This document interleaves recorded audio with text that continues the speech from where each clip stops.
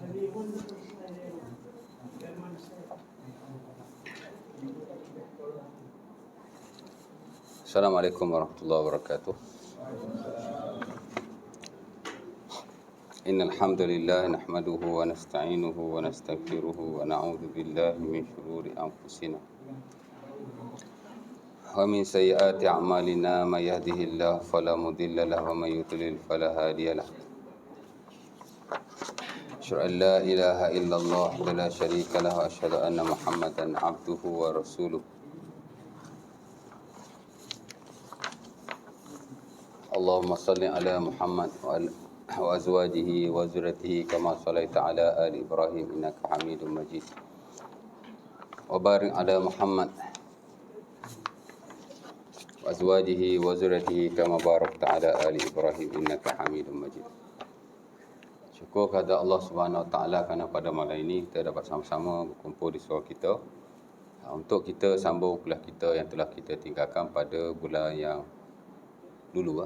Bulan lepas tak ada kan? Bulan lepas nak masuk wad. Cuti sebulan.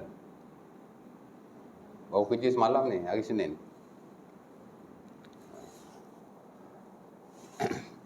Ada buat operation sikit. Tapi tak apa.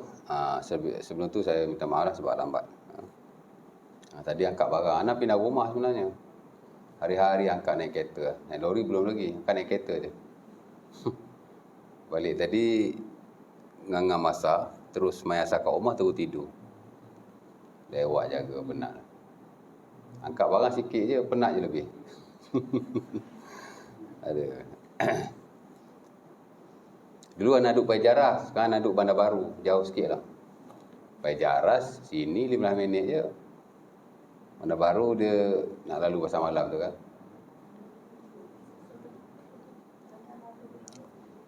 Daripada Shell tu nak sampai pasar malam tu yang lambat bergerak kan. Jam situ kan. Ana dah lama tak menempuh. Biasa kita keluar ke sana. Hari ni kena tala ke sini pula. Okey, baik. Jadi sebagaimana yang lalu kita dah bincang sikit sebanyak tentang pemakanan dan peminuman yang dibenarkan oleh syarak ya. Dan malam ni kita nak masuk tajuk yang baru lah ya, itulah sebab diharamkan sesuatu makanan itu. Dulu kita belajar tentang apa itu kira mukadimah dia lah ya.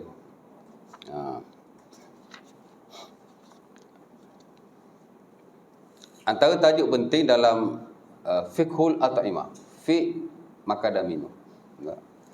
Islam ni dia bukan hanya ada fiqh ibadah saja.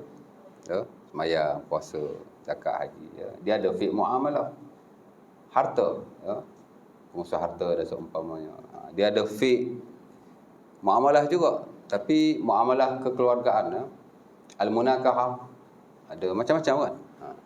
Tapi di sana juga ada fiqhul at'imah, ya. Dalam fiqh confirm ada, kebiasaannya di ujung-ujung lah ya.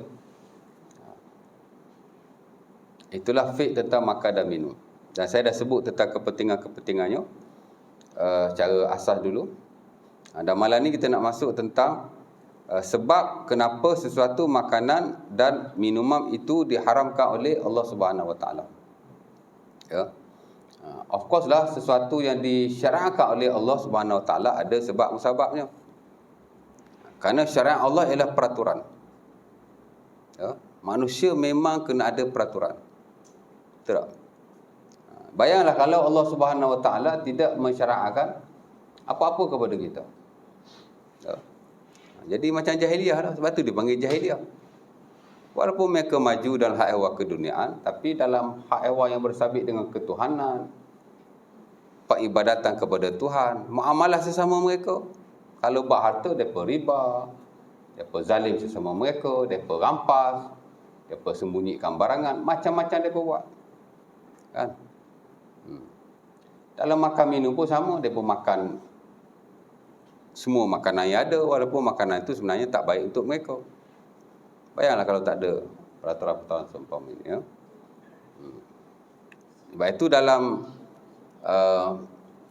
fiqh muamalah kita belajar dua lah ya. Satu dipanggil hukum syar'i, hukum syarak lah, peraturan Allah lah ya. Kalau ibadah, muamalah. Satu lagi dia panggil hukum wada'i. Ya. Hukum syar'i ni dia panggil Islamic law. Ya. Kuangkan Islam lah ya. Kesemuanya.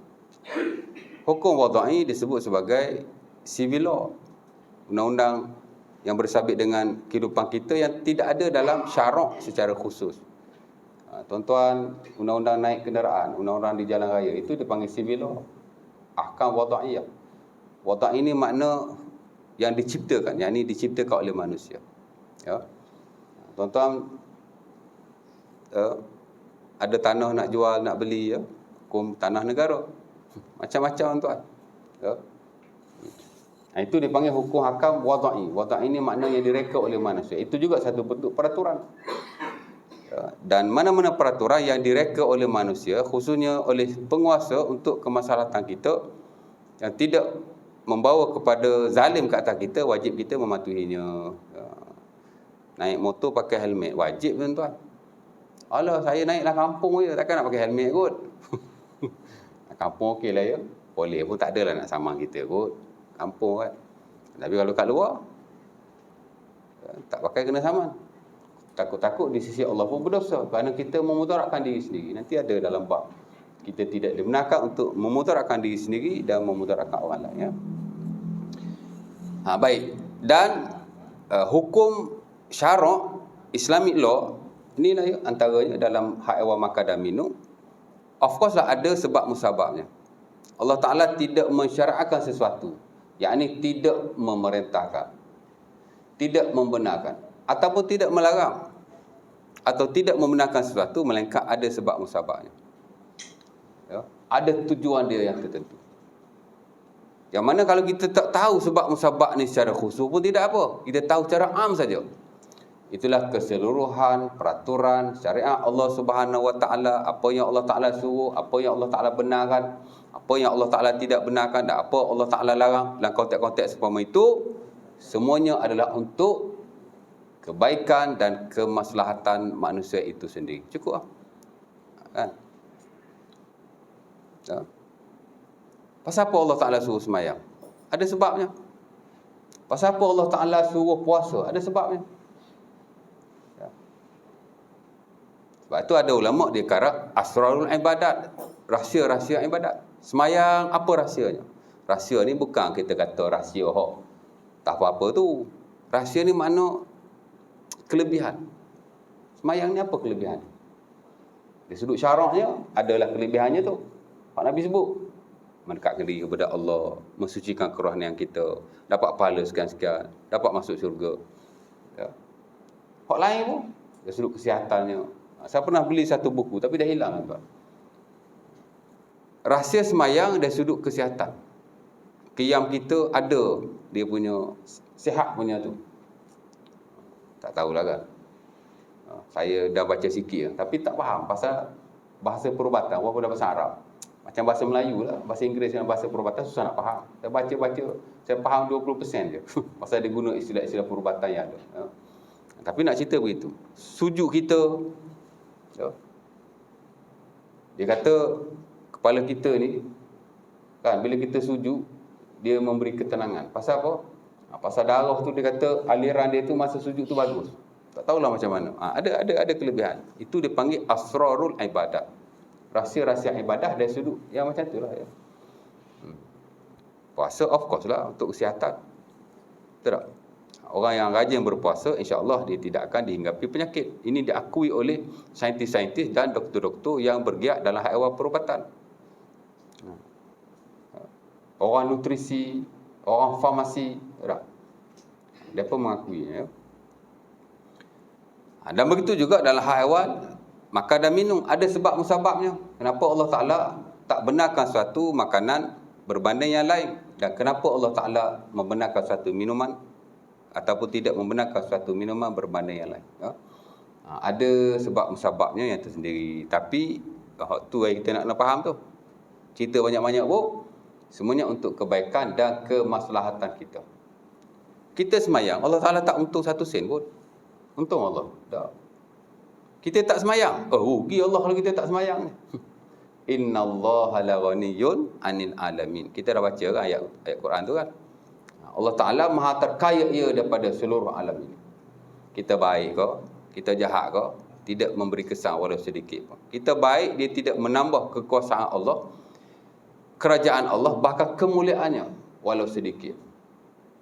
Kalau kita jahat pun, dia tidak mengurangi apa-apa di sisinya. Semua kembali kepada kita. Tuan-tuan boleh buka dalam surah Al-Isra ayat yang ke-7. In ahsantum li anfusikum wa in asatum falaha. Allah Ta'ala kata, kalau kamu buat benda yang baik, aku suruh kamu buat, aku larang kamu tinggalkan. In ahsantum li anfusikum lah, Allah Ta'ala kata, maka kamu telah berbuat baik kepada dirimu, bukan pada aku. Wa in asatum falaha. Kalau kamu buat benda tidak baik, aku larang kamu buat, ataupun aku suruh kamu tidak buat, falaha, kamu yang akan mendapat akibatnya. Of course di akhirat akibatnya diazab oleh Allah, dimurkainya. Dunia pun dapat dah. Betul tak? Ya? Banyak di negara-negara barat kes bunuh diri, tuan. Di China, di Jepun, di US. Malaysia pun tuan-tuan dah meningkat kes bunuh diri masa Covid hari tu. Dah banyak orang Melayu yang bunuh diri. Ribu-ribu juga kan, 2,000 lebih. Saya tak tengok dia punya numbers yang tepat. Ya? Pasal apa? Pasal banyak kes bunuh diri. Ya? Tak ada spiritual lah. Kerohanian dia kosong. Sebenarnya kita semayang, kita puasa, kita zakat, atau kita buat ibadah-ibadah yang termasuk baca Quran untuk mengisi spiritual yang ada dalam diri kita, supaya jiwa kita tidak kosong. Bila jiwa kita tak kosong, kita bolehlah melayari kehidupan ini yang lebih baik. Kan? Ya. Dan syukur banyak-banyak kepada Allah, kita ni jenis kalau kita bukan kata tak semayang, kalau lewat semayang pun rasa gelisah dah. Alhamdulillah. Berbanding setengah orang, bukan kata lambat semayang, tak semayang langsung dia relax je. Ya tak? Ha? Dah banyak lagi lah ayat yang boleh tuan-tuan rujuk ya. Jadi poin dia begitu. Untuk kebaikan dan kemaslahatan kita sendiri. Di dunia baik, di akhirat baik. Ya. Dan begitu juga kenapa satu makanan dan minuman itu diharamkan. Ada sebab musababnya tuan, ada banyaklah ya. Sini dia nukil tak banyaklah, tapi yang paling asas ya. Okey, sebab yang pertama. Saya slowly ya, supaya tuan-tuan ingat. Tuan-tuan bukan tulis nota pun ya. Bismillah. Tak apa, kat surau ni kita santai je. Ha? Tapi ada juga tempat saya mengajar laju. Sebab nak kejar silibus. Ada silibus juga kat surau. Saya ada. Kan? Saya ada target saya juga. Satu topik 2 kuliah. Lepas tu kena laju sikit. Adalah subjek-subjeknya. Tapi kalau subjek fiqh makan minum ni slow-slow pun tak apa. Tengoklah ya. Tengok subjeknya. Tengok audiensnya. Ya. Biasanya kalau kita laju ni, saya belajar fiqh muamalah lah. Laju sikit. Saya silibus dia banyak. Tapi yang lain santai lah. Belajar tafsir, belajar hadis. Kalau saya ajar fiqh ibadah pun dia laju sikit. Kan? Fiqh atimah tak apa, sebab dia sikit je. Tak banyak lah. Okey, baik. Ada beberapa sebab di sini. Sebab yang pertama yang dinukilkan oleh si pengarang. Dan bukan beliau seorang ya. Mana-mana buku fiqh dalam bab makan dan minum mesti ada sebab ni. Ya? Itulah berbahaya. Setengah buku dia tulis kemudaratan. Sama je. Ya? Benda mudarat ni benda bahaya. Benda bahaya ni benda yang bawa mudarat. Sama je. Perkataan je lain. Itu biasa ya. La musyahata fil istilah. Dalam ilmu ni tuan-tuan, kita jangan keliru dengan peristilahan. Ya. Terminologi dia tidak ada apa-apa. Terminologi ni masuk perkataan itu. Sebab tu ulama kadang-kadang dia guna lain-lain perkataan, tapi maksud dia sama. Ya.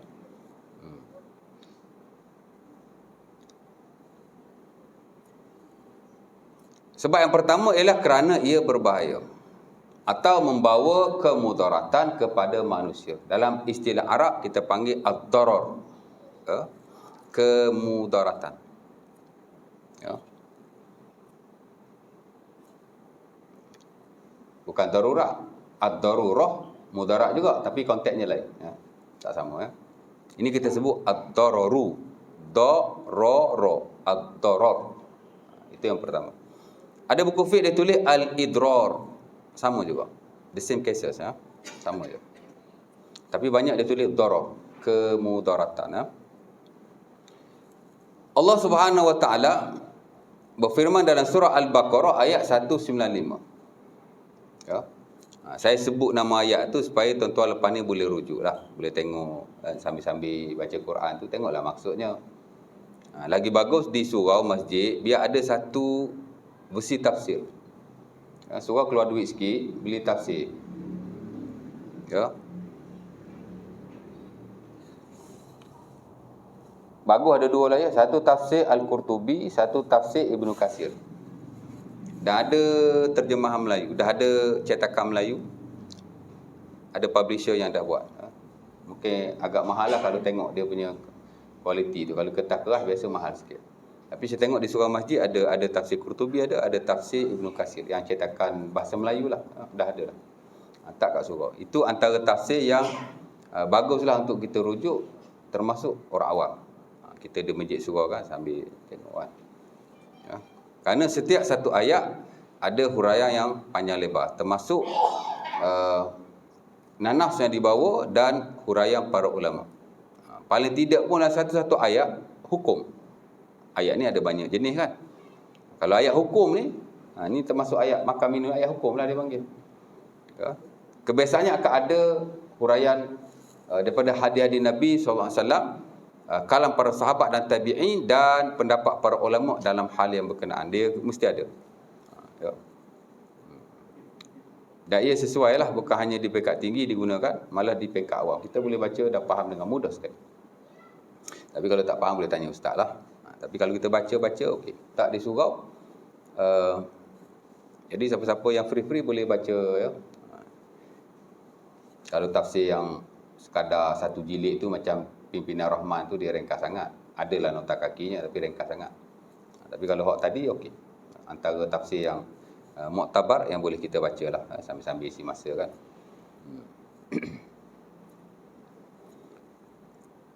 Allah Ta'ala sebut dalam ayat itu, surah apa tadi? Al-Baqarah ayat 195. Kata Allah, wa anfiqu fi sabilillahi wa la tulqu bi aidikum ila tahlukah. Wa ahsinu innallaha yuhibbul muhsinin. Ya. Biasa kita dengar wala tulqu bi aidikum ila tahlukah, sekerat tu je. Betul tak? Tapi dia panjang sikit. Ayat dia bermula wa anfiqu fi sabilillah wa la tulqu bi aidikum ila tahlukah wa ahsinu innallaha yuhibbul muhsinin. Al-Baqarah ayat 195. Ya. Ayat ini hampir dalam mana-mana bab mesti dinyatakan. Kerana kepentingan yang besar bersabit dengan kehidupan manusia dari sudut tadilah kemudaratan. Ya. Di mana kata Allah wa anfiqu fi sabilillah, dan infaklah pada jalan Allah. Wala tulqu bi aidikum ila tahlukah, dan jangan kamu campakkan diri kamu dengan tangan kamu ke dalam kebinasaan. Ya. Kebinasaan ni makna benda yang berbahaya lah. Kerana kebiasaannya benda yang berbahaya akan membinasakan. Kebinasaan ni juga merujuk kepada kemudaratan lah. Kerana benda mudarat akan membinasakan. Jadi yang konteks yang sama. Ya. Wala tulqu bi aidikum ila tahlukah. Wa ahsinu, dan berbuat baiklah. Innallaha yuhibbul muhsinin. Kerana Allah Ta'ala suka orang-orang yang berbuat baik. Ya.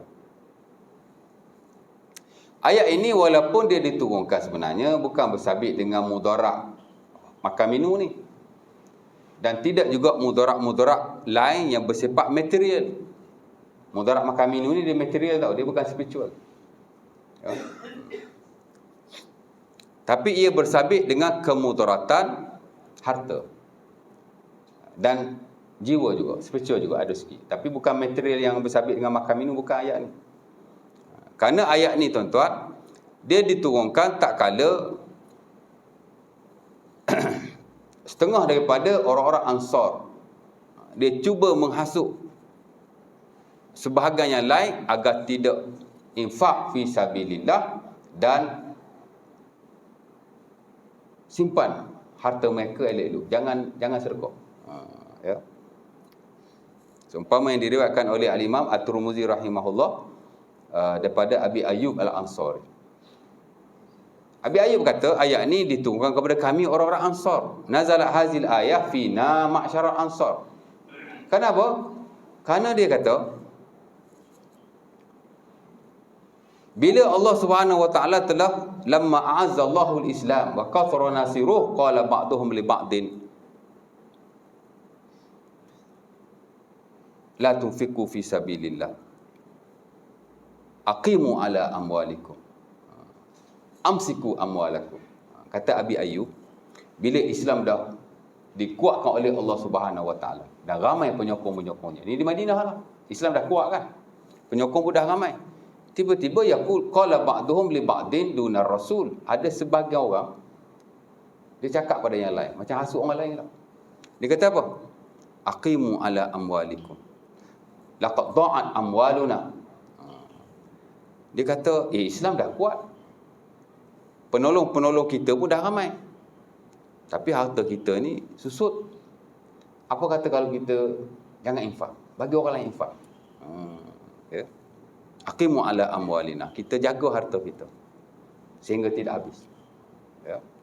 Maknanya dia nak mengajak orang lain supaya kedekut dan kikir dan tidak berbelanja pada jalan Allah. Itu Allah Ta'ala tu ayat ni.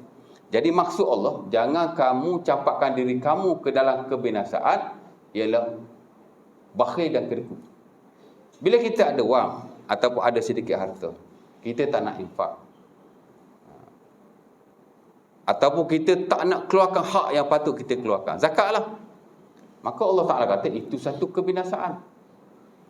Binasa pada harta kamu dan of course lah binasa pada diri kamu esok-esok, kerana kamu akan diazab oleh Allah Subhanahu wa taala. Sebab esok-esok tuan-tuan, orang yang tak infak ni of course lah yang wajib lah ya. Kalau yang sunat tak berdosa, tapi yang wajib zakat ya.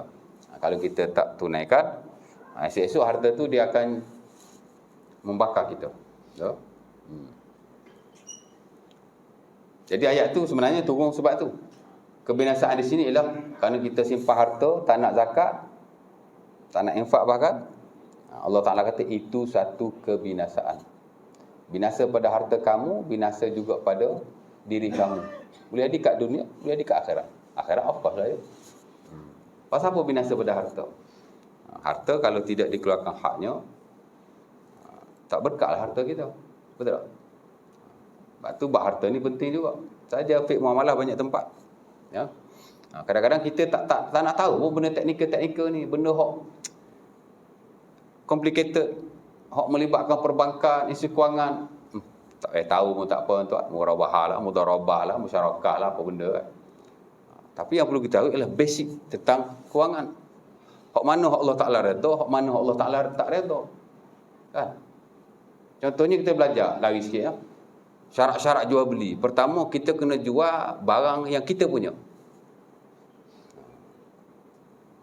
Ownership tu kita punya. Kita tak boleh jual barang orang lain, melainkan dengan keizinannya. Hari ni agent ya. Kita buat dropship, jual.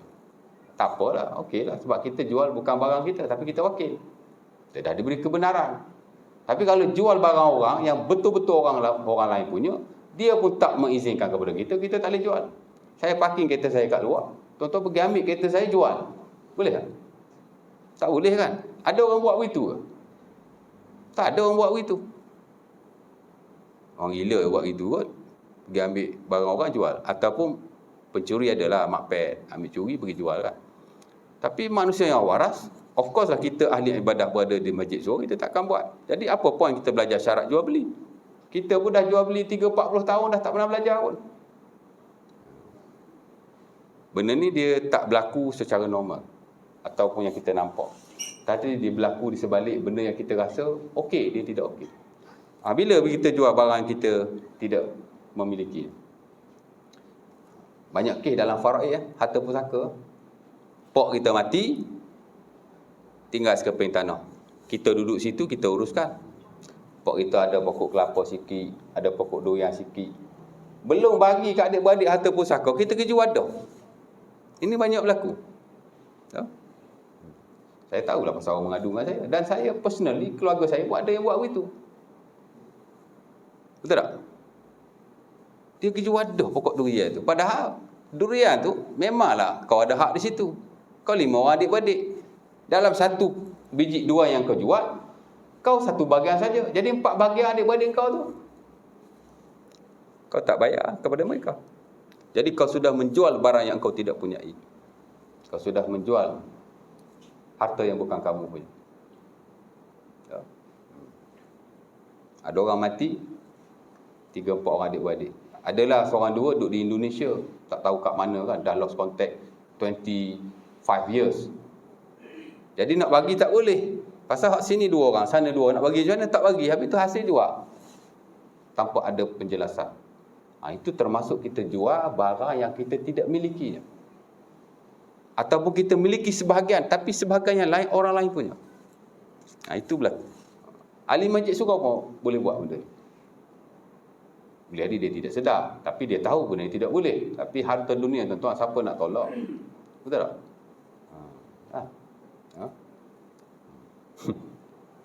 Itulah contohnya, ya.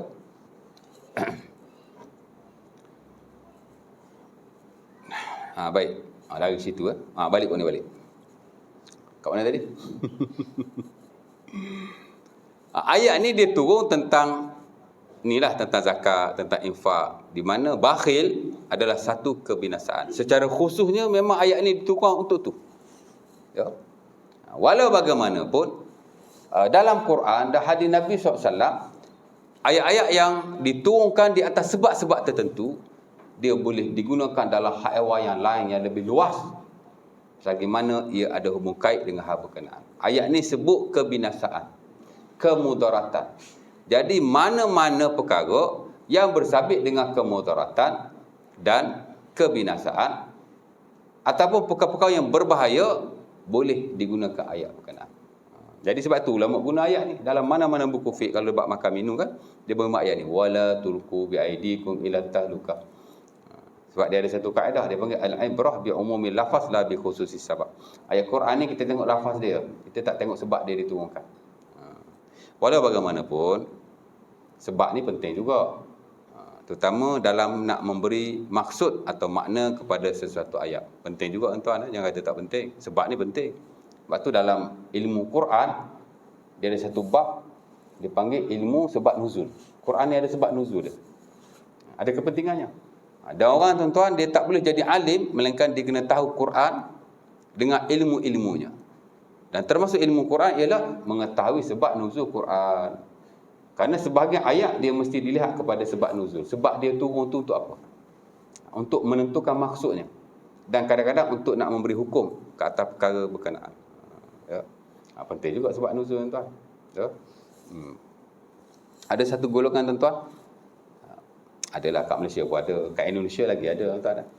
Dia kata kul huwallahu ahad, katakanlah, yakni Muhammad lah, Allah itu esa. Dia kata katakanlah kul huwallahu ahad. Dia kata katakanlah dia, Allah itu esa. Dia kata dia tu Nabi Muhammad.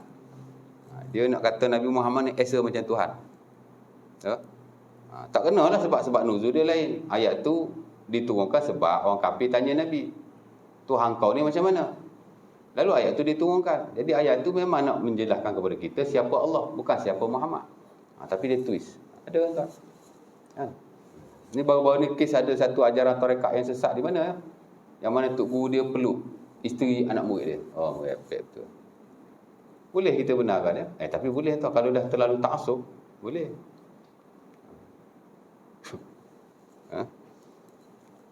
Baik. Itu ayat yang penting sekali. La tulku ataupun wala tulku biaidikum ila tahlukah. Jangan sekali-kali kamu mencampakkan diri kamu atau melemparkan diri kamu, yakni terlibat dengan kebinasaan. Itu antara ayatnya. Mungkin lagi ada ayat yang lain. Hadis Nabi SAW yang diriwayatkan oleh Ibnu Abbas. Ini daripada hadis pula. Kata Nabi, la darara wa la dirar. Ya, hadis ni hadis Al-Imam Ibnu Majah dan selainnya daripada Abu Sa'id Al-Khudri. Ya. Di mana Nabi kata la darara wa la dirar. Dekat-dekat je perkataan tu. La darara wa la dirar.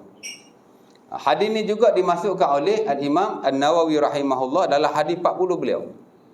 Hadis yang ke-32 tak silap saya. Nanti tengok balik. Saya tak ingat ya.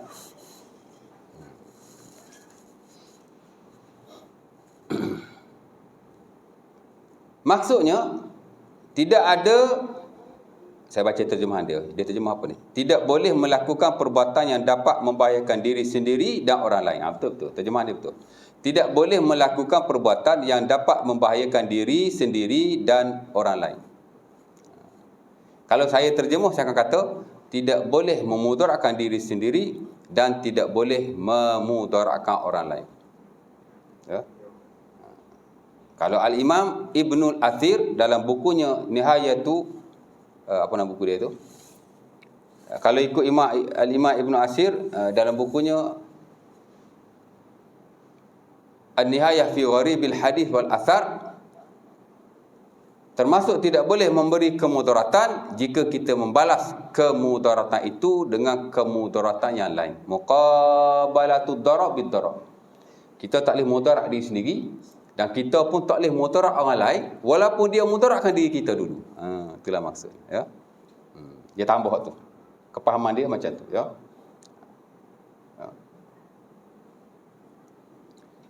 Dalam arti kata lain, Islam ni amat menjaga supaya kita tidak terlibat dengan kemudaratan yang hanya membahayakan diri kita tapi membahayakan orang lain juga. La darara wa la dirar. Tak boleh mudarat diri sendiri, juga tak boleh memudaratkan orang lain. Ya.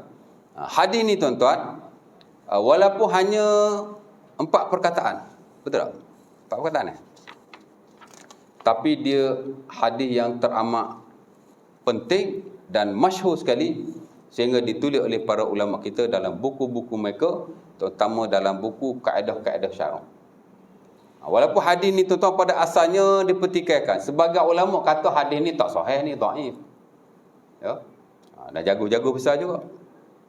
Ya, Al-Imam, tuan-tuan mungkin tak kenal lah, saya sebut nama saja.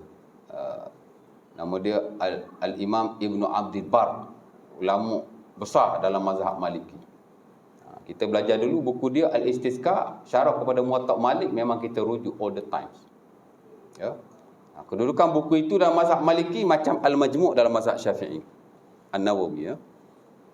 Dia kata hadis ni tidak sahih. La yusna' min wajhin sahih. Itu lafaz dia kata gitulah, ya. Ramai lagi lah, ya. Al-Imam siapa tu? Ibnu Hazm pun kata tidak sahih, ya, dalam Al-Muhalla. Tapi dia kata hadza khabarun la yasih walakin maknahu sahih. Hadis ni ikut sanad dia tak sahih lah, tapi makna dia sahih. Walau bagaimanapun, majoriti para ulama mengatakan bahawa hadis ini adalah hadis yang sahih. Nawawi, ya, Ibn Rajab Al-Hambali, Abu Amr Ibn Salah dan ramai lagi saya kira. Jumhur. Dia kata hadis ini hadis yang sahih. Dan ulama buat pengkaedahan dalam syarak berasas kepada hadis ini ada perkara yang tepat. Walaupun hadis ini singkat, tapi dia memberi makna yang amat besar. Kita jangan mudarat diri kita dan jangan mudaratkan orang lain. Kerana memudaratkan diri sendiri adalah berdosa. Memudaratkan diri orang lain lebih-lebih lagi berdosa. Allah Ta'ala tidak suka. Dan adalah ayat-ayat Quran. Hatta pada zaman Rasulullah SAW, tuan-tuan, ada beberapa kisah di mana sahabat Rasulullah SAW, orang kata apa, meninggal dengan sebab mudarat yang berlaku, walaupun dalam hal ibadah. Ada seorang tu, tuan-tuan, dia sakit, dia keluar dengan sahabat Nabi, Sunan Abi Daud daripada Jabir. Dalam bab tayamum, tuan-tuan belajarlah hadis ni. Kenapa disyarahkan tayamum? Selain daripada kerana tidak ada air, juga ia penting bila kita sakit. Mana bersabit dengan mudarat kan? Tidak boleh disentuh oleh air. Of course lah, kalau kena air boleh membawa kepada bahaya dan kemudaratan tertentu. Maka boleh kita tayamum saja. Air ada, tapi dah demam sejuk sangat. Ada time sejuk demam tuan. Ingat demam panas je ke? Kadang badan kita panas, tapi sejuk. Betul tak? Ha? Saya tahun ni banyak kali demam. Tu masa uap tu pasal demam tu. Tapi dah jadi cerita lain. Dia kena operate kan. Ha? Check temperature 39. 39 darjah Celsius. Tapi sejuk. Ya Allah. Sama kes dengan sahabat yang tuan. Dia ada luka di kepala dia. Kata Jabir, kharajna fi safar fashajja ahadun minna hajar fi ra'sihi fahtalama. Ada seorang ni dia keluar dengan kami musafir, kepala dia kena batu. Tak tahulah macam mana boleh kena. Tiba-tiba pecahlah kepala dia tu. Malam tu dia bermimpi pula keluar mani. Tak tahulah macam mana. Faqala li ashabihi, dia tanyalah sahabat-sahabat dia yang lain, di kalangan sahabat Nabi jugalah ya. Dia tanya, dia kata, hal tajidu li rukhsah fit tayammum? Dia kata, boleh tak aku tayammum? Ada tak rukhsah untukku? Rukhsah ni makna kelonggaran, keringanan. Boleh tak aku diberi keringanan sedikit untuk aku tayammum? Apa sahabat dia jawab? La, innaka taqdir alal ma'. Tak boleh, kerana kamu mampu menggunakan air. Kamu boleh guna air ni walaupun kamu sakit pun. Dia beri fatwa lagu tu. Faktasala famata. Dia pun mandi, dia pun mati. Ya. Bila dia balik, falamma qadimu ala Rasulillah, di Madinah lah ya, balik jumpa Nabi. Akhbaruhu bizalika. Dia pun bagi tahu Nabi. Nabi pun kata dia, qatalahumullah. Ya. Kamu semua telah membunuh orang berkenaan. Mereka semua, yakni yang bagi pendapat itulah, telah membunuh orang ini. Allah Ta'ala akan membunuh mereka. Memang dia sahabat Nabi tu, tapi Nabi marah. Nabi kata, orang bagi pendapat ni lah bunuh dia. Allah Ta'ala akan bunuh dia pun. Allah akan balas lah maksudnya. Ya. Ada sa'alu illam ya'lamu. Kenapa mereka tidak tanya kalau mereka tidak tahu?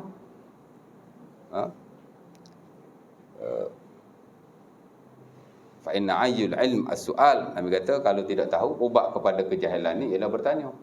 Ubat kepada ilmu ni ialah bertanya.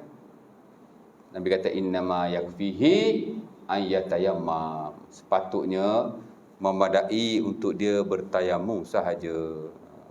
Jadi tayamum ni tuan-tuan, ada salah satu cara Allah Ta'ala nak jaga diri kita daripada kemudaratan air itu sendiri. Sama dalam kes ni pun. Islam tak benar, walaupun dalam hak awak ibadah melibatkan kemudaratan. Apatah lagi dalam hak awak yang lain, termasuk makan dan minum. Kalau ibadah pun kalau melibatkan mudarat, kita tak boleh kacau orang Kelantan kata. Tak boleh nak teruk lagi. Kan? Tak boleh kena air. Tayamum, go for it. Payah nak belajar buat tayamum ni. Senang je. Saya banyak bagi pendapat kat orang yang di hospital tu. Saya tahun ni tuan 3 kali masuk hospital. Tahun ni ke tahun lepas lah 3 kali masuk hospital. Operation 2 kali. Sekali itu pasal keracunan.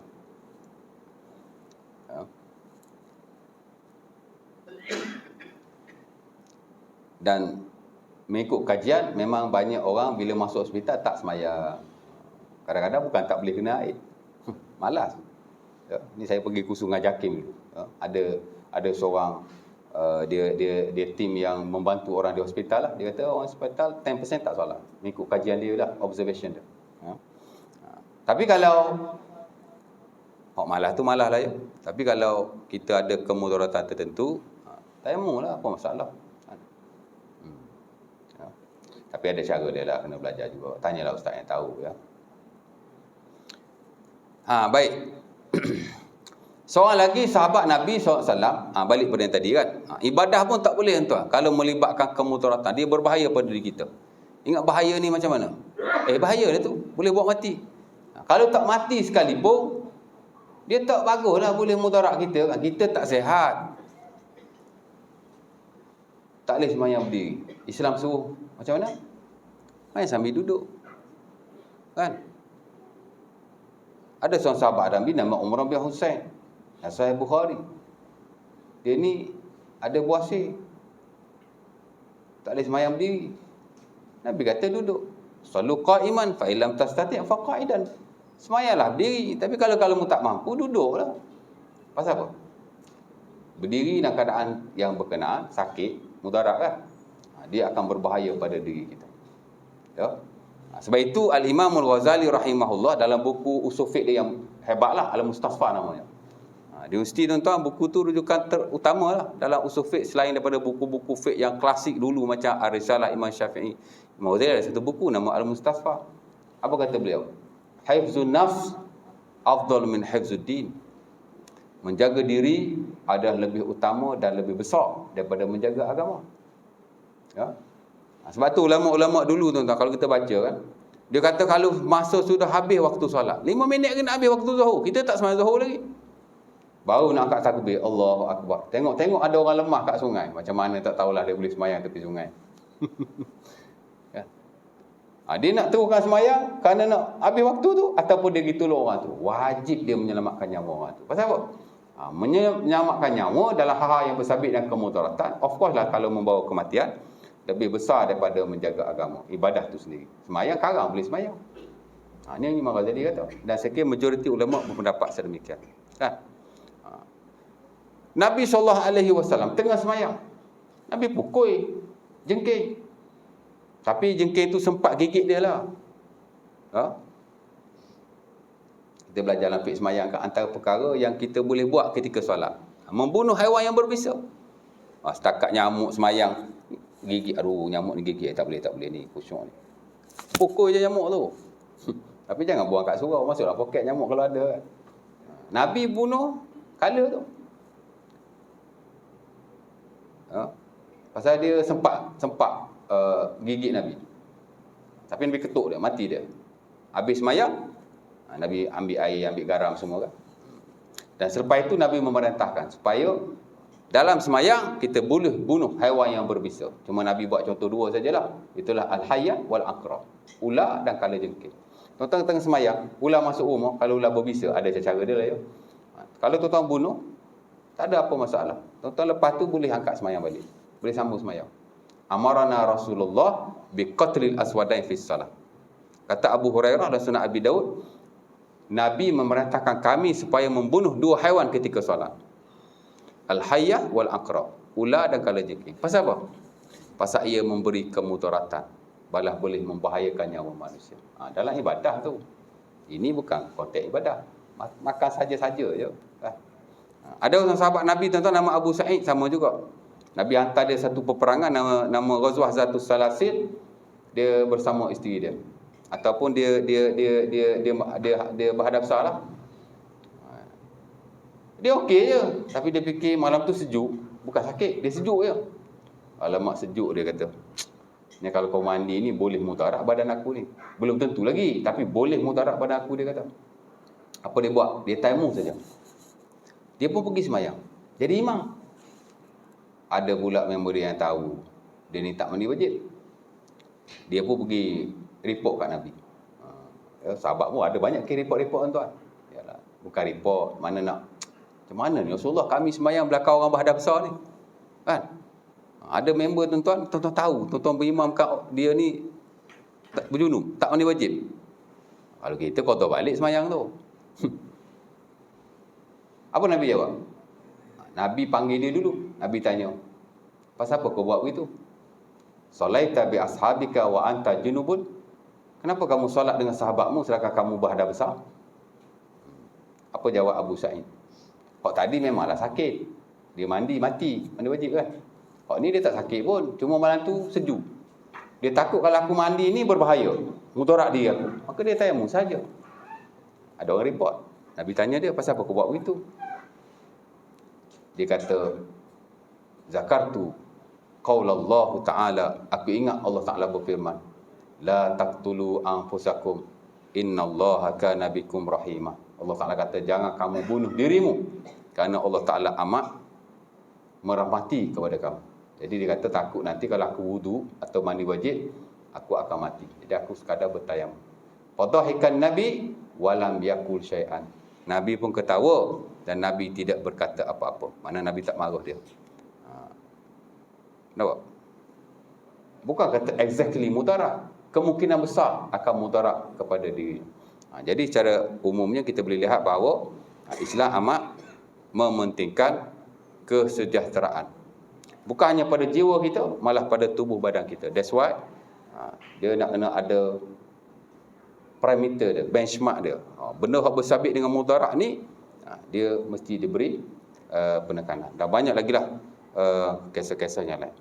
Ala kulli hal, antara sebab terutama kenapa Allah Subhanahu Wa Taala melarang sesuatu makanan atau minuman walaupun tidak banyak, ialah kerana kemudaratan ke atas manusia itu sendiri. Ya. Allah Taala tak untung satu sen pun dan tak rugi sedikit pun, tapi ia berbalik kepada diri kita. Di mana makanan-makanan yang dilarang, of course dia memudaratkan kita. Ya. Tapi tidak banyaklah. Dalam Quran hanya ada beberapa saja. Dalam hadis Nabi beberapa saja. Kalau kumpul-kumpul saya ingat tak sampai 20 pun, berbelas-belas saja. Ya. Nampak? Jadi kita akan belajar selepas ini satu persatu. Tapi ada lagi sebab-sebab yang lain. Antaranya ialah melebihi batas. Kerana Islam ada agama yang pertengahan dalam segala hal. Bukan hanya hak ehwal ibadah yang kita mesti moderate, tapi juga dalam hak ehwal selain ibadah, termasuk makan dan minum. Kalau berlebih-lebihan tidak boleh. Makanan ni tuan-tuan, kurang pun tak boleh, lebih pun tak boleh. Bukan makanan saja, hak lain pun sama juga. Kerana Allah Taala telah menaskan. Ya. Wa kadzalika ja'alnakum ummatan wasata litakunu syuhada'a 'alan nas wa yakuna ar-rasulu 'alaikum syahida. Allah Taala menjadikan agama ini sebagai pertengahan. Ya, dia pertengahan. Dan bukan specifically dalam agama macam ibadah, ya. Bukan ibadah makan minum pun sama juga. Menguranginya tak boleh. Berlebih-lebihan, lebih-lebih lagi tidak digalakkan, ya. Dia ada portion-portion dia, insya-Allah taala, ya. Kemudian dimasukkan yang memabukkan dan merosakkan akal. Kemudian ada yang bersifat najis. Najis pun sama juga, dilarang oleh Allah Taala. Kerana najis kan kuman. Betul tak? Najis ni termasuklah haiwan yang bangkai mati tanpa sembelihan, tu dikira sebagai najis, ya. Makanan yang menjijikkan. Ya. Kadang-kadang kita tak tahulah secara pasti dia ni mudarat ke tidak. Ya. Tapi dia menjijikkan. Maka ia termasuk dalam perkara dilarang oleh Allah Subhanahu Wa Taala, kerana Islam adalah agama yang suci daripada perkara-perkara yang menjijikkan. Dan akhir sekali dikata sebab juga dilarang satu makanan dan diminuman itu kerana ia dimiliki oleh orang lain, tidak dimiliki oleh kita. Sebagian ulama dia tak masuk sebab ni. Dia dalam muamalah harta, tapi buku ni dia masukkan, ya. Ala kulli hal, itulah satu sebab saja pada malam ni. Banyak-banyak kita bincang. Dekat 50 minit. Poin dia satu saja. Allah Taala mengharamkan makanan dan minuman, ada sebab musababnya. Sebab yang pertama dan terutama sekali ialah kemudaratan. Ya, rujukannya ialah surah Al-Baqarah ayat 195 dan hadis Nabi SAW, la darara wa la dirar. Tidak boleh memudaratkan diri sendiri dan tidak boleh memudaratkan orang lain. Walaupun kadang-kadang kita dimudaratkan terlebih dahulu. Ya. Sebab itu maaf cakap lah, ya, setengah-setengah perubatan yang kata kononnya Islam, bila dia kata awak ni disihir, nak tak hantar balik sihir ni? Boleh, ya, hantar balik sihir. Sebenarnya kalau betul lah, tak tahulah betul tidak, menghantar balik sihir orang tu kepada dia sehingga memudaratkan dirinya juga termasuk dalam konteks hadis yang sama. Seumpama yang disebut oleh Imam Ibnu Asir, muqabalatud darar bid darar. Orang mudarat kita, kita mudarat dia balik. Termasuk dalam hadis ni, dan dia juga adalah dilarang. Awak betul kena sihir, ubati. Kan? Takut-takut bila dia hantar tu sihir, memang sihir dia punya, tapi dia hantar kepada dia, takut kita juga memudaratkan dia.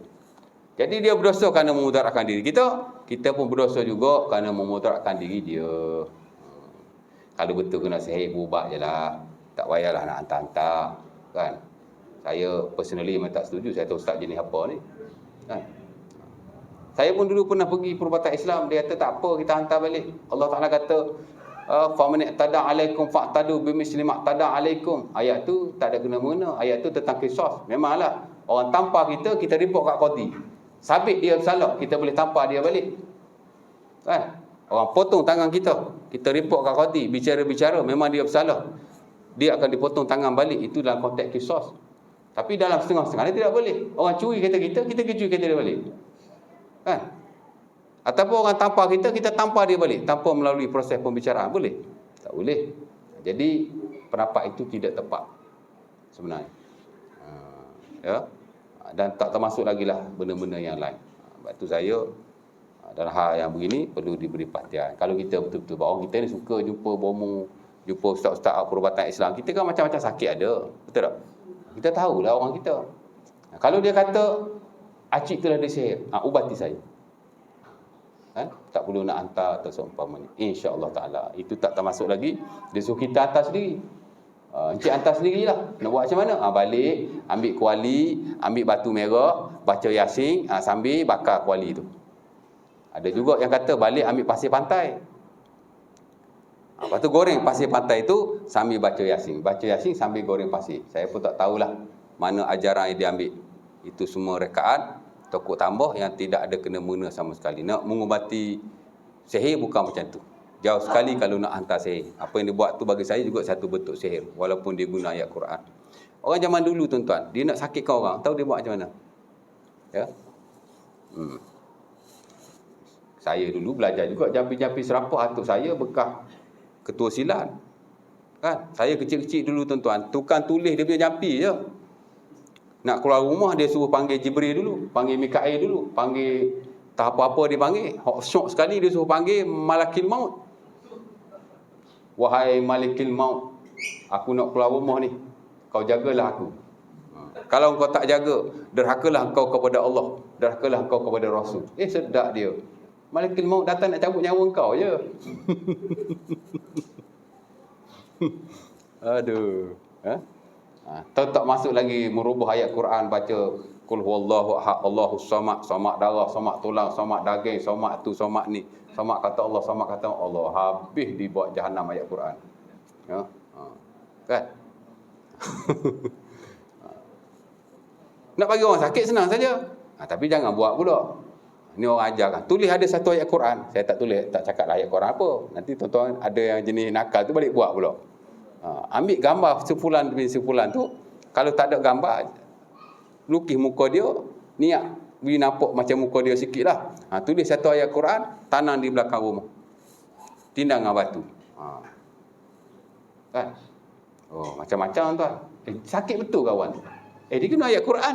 Sihir ni tak semestinya kita guna jampi serapah, panggil jin sana, panggil jin sini. Kalau tuan-tuan sihir orang pakai ayat Quran pun dia tak sihir. Ya. InsyaAllah ta'ala. Next nanti kita masuk sebab yang kedua, dan seterusnya. Aku qouli hadza. Ada nak tanya? Tak ada ya? Dah lewat dah. Perut pun dah berbunyi dah. Kita kalau ada soalan boleh tanya after isyak personally lah ya. Aku qouli hadza. Assalamualaikum warahmatullahi wabarakatuh. Tutup majlis kita dengan tasbih kafarah dan surah Al-Asr.